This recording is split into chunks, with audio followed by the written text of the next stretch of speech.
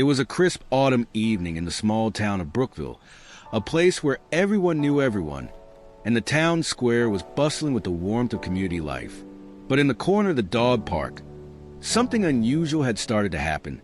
Every night, a young, scruffy puppy, no older than a few months, could be seen curled up on the grass.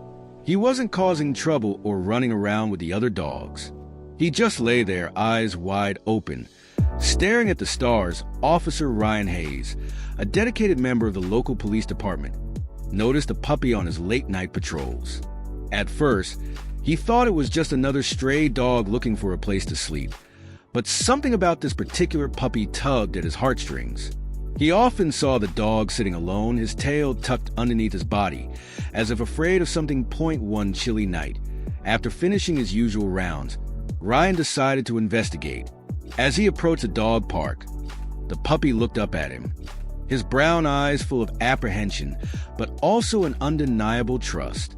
Ryan crouched down, extending a hand cautiously. "Hey there, buddy," Ryan said softly. "What are you doing here all alone?"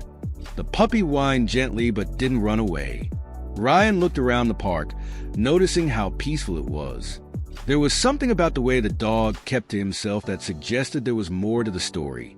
After a moment of hesitation, Ryan scooped up the puppy and carried him to his patrol car.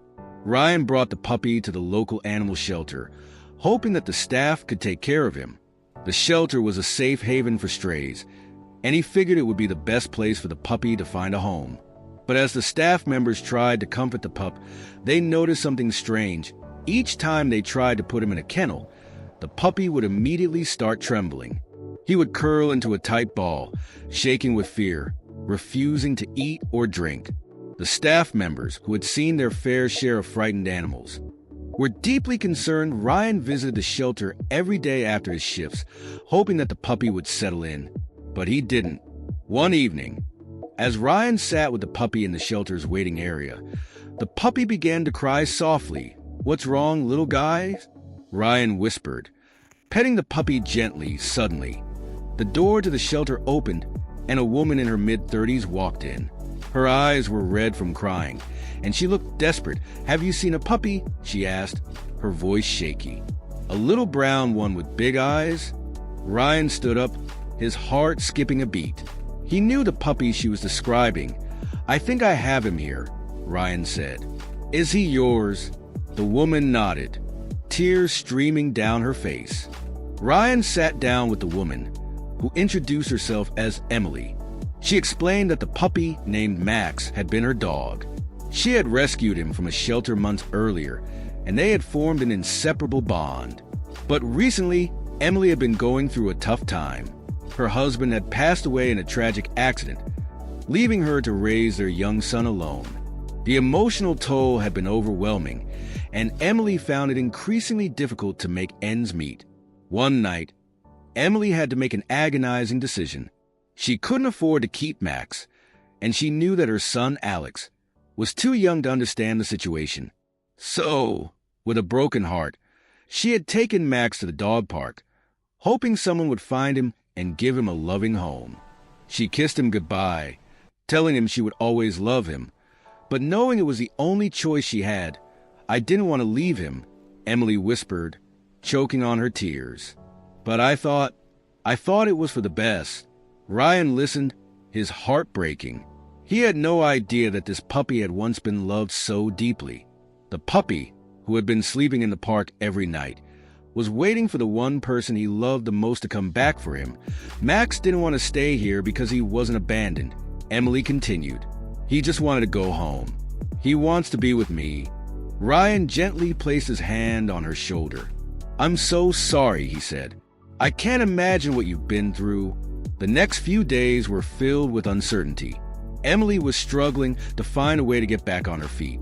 The emotional toll of giving up her dog had left her hollow inside, but she knew she had no choice.